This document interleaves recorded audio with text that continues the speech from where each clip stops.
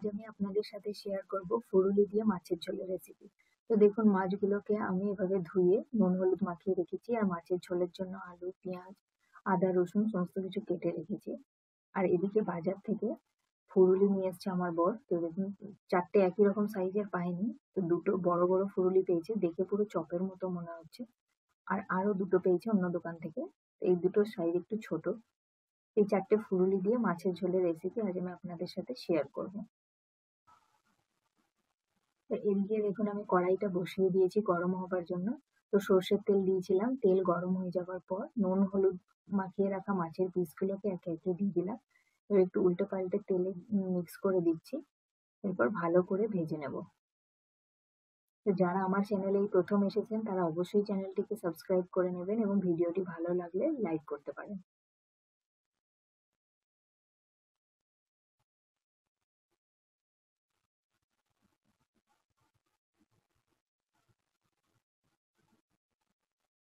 দেখুন, মাছগুলো ভালোভাবে ভাজা হয়ে গেছে।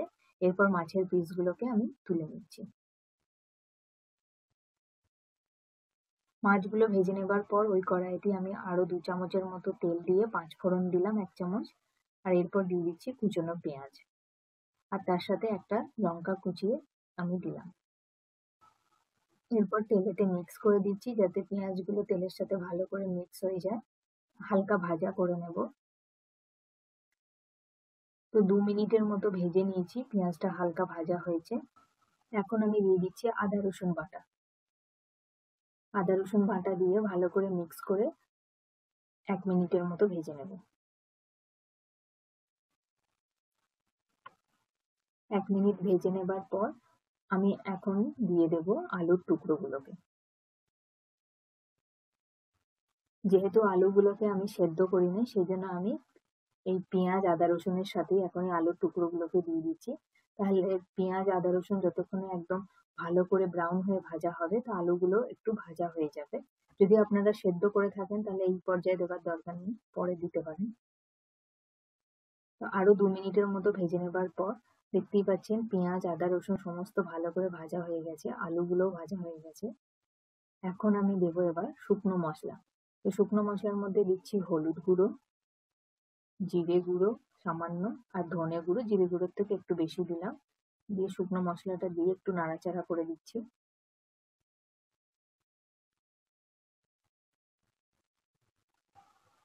এরপর সামান্য জল দিয়ে দেবো, নাহলে মশলাগুলো জ্বলে যাবে। তো যেটা আদা রসুন বেটেছিলাম সেইটা ধোয়া জলটা আমি দিয়ে দিলাম। এবার মশলাটাকে ভালো করে মিক্স করে দিচ্ছি। জল দিয়ে ভালো করে মিক্স করে এরপর কিন্তু ঢাকা দিয়ে কষিয়ে নেব মশলাটাকে।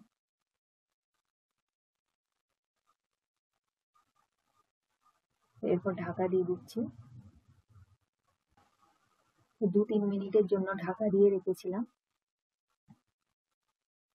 দেখুন, মশলা থেকে কিন্তু ভালোভাবে তেল ছেড়ে দিয়েছে, ভালোভাবে কষানো হয়ে গেছে মশলা। এইভাবে ভালো করে কষিয়ে নিলে কিন্তু ঝোলের টেস্টটা খুবই ভালো আসে। একটু নাড়াচাড়া করে দিচ্ছি। এরপর মাছের ঝোলের জন্য পরিমাণ মতন জল দিয়ে দেব। তো পরিমাণ মতন জল দিয়ে আর দিয়ে দিলাম স্বাদ অনুযায়ী নুন। নুন দিয়ে একটু নেড়ে দিলাম মিক্স করে। এরপর আবার ঢাকা দিয়ে ফুটিয়ে নেব। তো 4-5 মিনিটের জন্য ঢাকা দিয়ে রাখার পর যখন এইভাবে ফুট এসে গেছে জলের মধ্যে, এরপর ভেজে রাখা মাছের পিসগুলোকে আর তার সাথে ফুলুরিগুলোকে এই সময় দিয়ে দেব।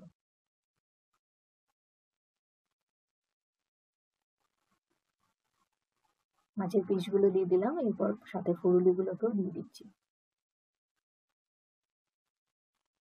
ফুলুরিগুলোকে দিয়ে একটু উল্টে পাল্টে মিক্স করে দিচ্ছি।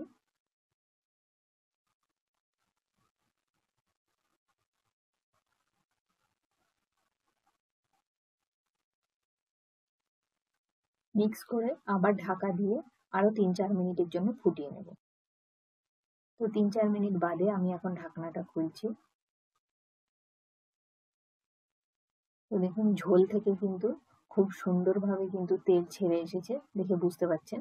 ঝোলটা কিন্তু ভালোভাবে হয়ে গেছে, আর আলুগুলো খুব ভালোভাবে সেদ্ধ হয়ে গেছে। তো তো ফুলুলি দিয়ে আলু দিয়ে মাছের ঝোল একদম রেডি হয়ে গেছে। এখন আমরা গ্যাসের ফ্লেমটা অফ করে দেব, কারণ ঠান্ডা হলে ফুলুলিগুলো কিন্তু আরো ঝোলটাকে টেনে নেবে। তো এভাবে ফুলুলি দিয়ে আলু দিয়ে মাছের ঝোল ট্রাই করে অবশ্যই একবার বানিয়ে দেখবেন বাড়িতে, কিরকম লাগে। রেসিপিটি ভালো লাগলে একটি লাইক করবেন, আমার চ্যানেলে নতুন এসে থাকলে সাবস্ক্রাইব করবেন। তো দেখা হবে পরবর্তী নতুন একটি রেসিপির সাথে।